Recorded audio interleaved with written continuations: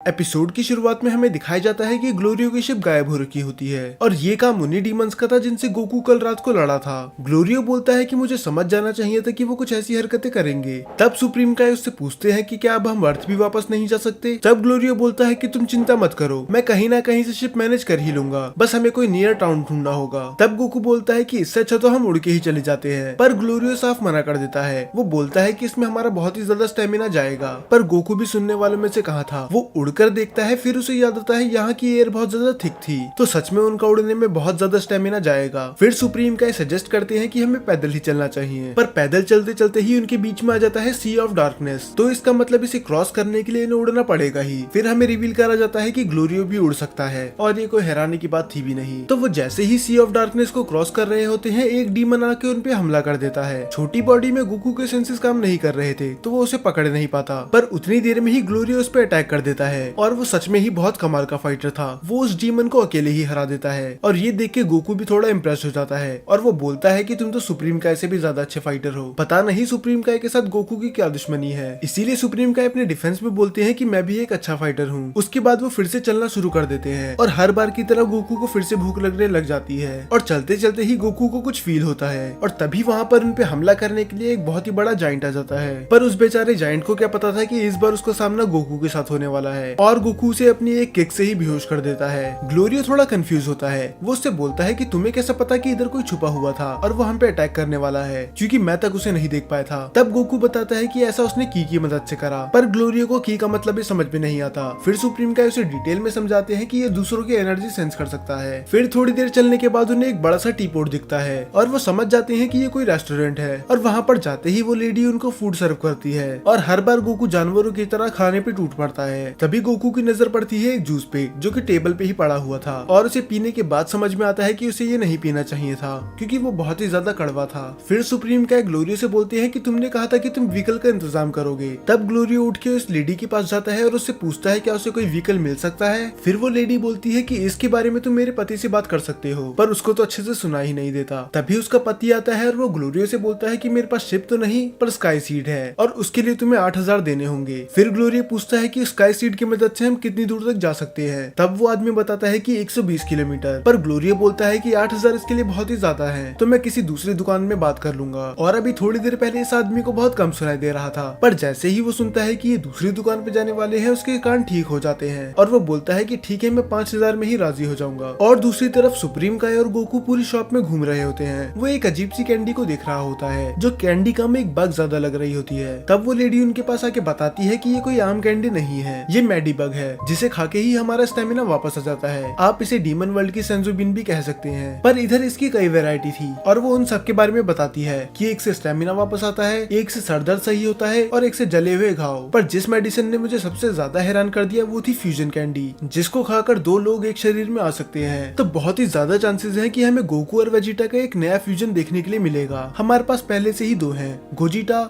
और विजिटो, तो तीसरे फ्यूजन का नाम क्या होगा। तो गोकू ग्लोरियो से कह के वो सभी कैंडी ले लेता है। अब बारी थी स्काई सीड का यूज करके इनको कैसल तक भेजने की, और स्काई सीड के नाम पे वो लेडी एक लॉन्चर लेके आ जाती है। और मेरी तरह सुप्रीम काय भी कंफ्यूज थे कि आखिर ये है क्या, क्योंकि स्काई सीड नाम सुन के हमारे दिमाग में ये तो बिल्कुल नहीं आया था। दरअसल ये एक कैनन की तरह थी जिसमें बैठ के ये तीनों जाएंगी। तो वो तीनों स्काई सीड पे बैठ जाते हैं और वो आदमी उसे लॉन्च कर देता है और वो इतनी फास्ट थी कि वो कुछ ही मिनट में ही 120 किलोमीटर कवर कर देते हैं। पहले तो सुप्रीम काय बहुत ज्यादा चिल थे क्योंकि उन्हें लग रहा था कि इसको ग्लोरियो उड़ा रहा है, पर जब बाद में ग्लोरियो ने बताता है कि उनकी शिप क्रैश होने वाली है, उनकी हालत ही खराब हो जाती है और उनकी किस्मत इतनी खराब थी कि वो डायरेक्ट सी ऑफ डार्कनेस में कूदने वाले होते हैं। पर सही समय पे ही तीनों वहां से उड़ जाते हैं। अब इतना सफर तय करने के बाद इन्हें फिर से चलना होगा, पर गोकू का वो करने का मन बिल्कुल नहीं था। तो वो बोलता है कि अब हम उड़ सकते हैं क्योंकि अब हमारे पास बग कैंडी है, तो उसको खा के हमारा स्टेमिना वापस आ जाएगा। पर सुप्रीम काय तो साफ मना कर देते हैं और ग्लोरियो भी कि उन्हें कोई ऐसी चीज नहीं खानी। फिर गोकू से पूछता है कि आखिर कैसल कितना दूर है। तब ग्लोरियो से बताता है कि अगर हम इसी स्पीड से चले तो हमें आधा दिन और लग जाएगा।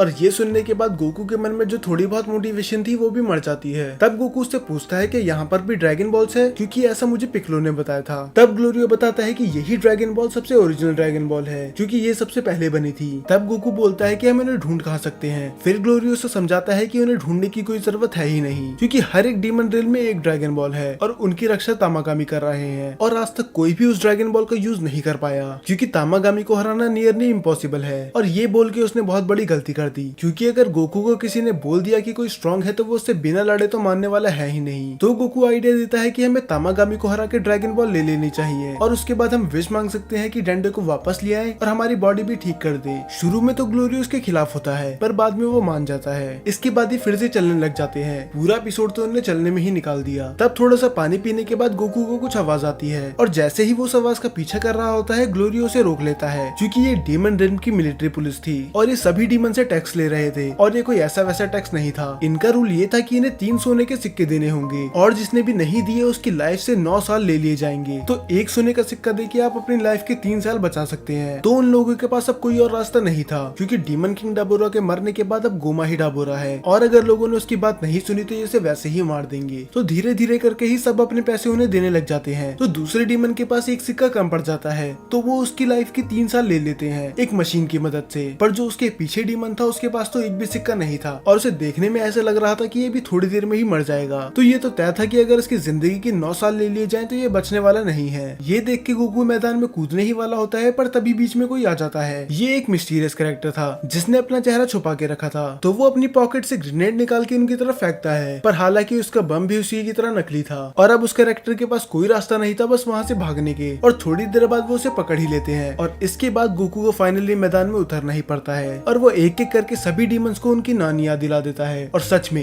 ये सीन बहुत ही ज्यादा एपिक था। ड्रैगन बॉल दायमा जीटी से ज्यादा ओल्ड ड्रैगन बॉल की वाइब दे रहा है। और बाद में उन्हें बहुत बुरी तरह से मारने के बाद गोकू को याद आता है कि उसने कुछ ज्यादा ही पावर यूज कर ली, तो इसीलिए ग्लोरियो उसे लेके भाग जाता है, क्योंकि वो उन पुलिस की नजरों में नहीं आना चाहते थे। बाद में बहुत दूर जाने के बाद ग्लोरियो से बोलता है कि तुम्हें ऐसे रिस्की काम नहीं करने चाहिए, पर गोकू बोलता है कि मैं उनको ऐसे ही मरने के लिए नहीं छोड़ सकता था, तो मुझे बीच में आना ही पड़ा। और इस बात से तो सुप्रीम काई भी एग्री करते हैं, और तभी किसी की पीछे से आवाज आती है कि तुम लोग कौन हो। और ये कोई और नहीं, ये वही कैरेक्टर था जिसको हमें थोड़ी देर पहले दिखाया गया था। और फिर वो कैरेक्टर अपना मास्क उतार लेता है, और ये एक छोटी बच्ची थी। और इसी के साथ ये एपिसोड यहाँ पर खत्म हो जाता है, और इसका अगला एपिसोड हमें अगले हफ्ते देखने के लिए मिल जाएगा। और एक और बात, कई लोग पूछ रहे थे कि मैंने अपनी एनिमे वाली वीडियो में से इतने सारे पार्ट्स क्यों काट दिए। तो दरअसल मुझे इसमें कॉपीराइट क्लेम आ चुका था, इसीलिए मुझे 20 से भी ज्यादा मिनट्स के पार्ट्स काटने पड़े। और यही रीजन है कि अब आपको इस वीडियो में बहुत ही रैंडम कट्स देखने के लिए मिलेंगे, जो कि पूरी वीडियो का मजा खराब कर रहे हैं। पर अब हम और कर भी कह सकते हैं, तो अगर आप चाहें तो अभी भी वो जाके देख सकते हैं।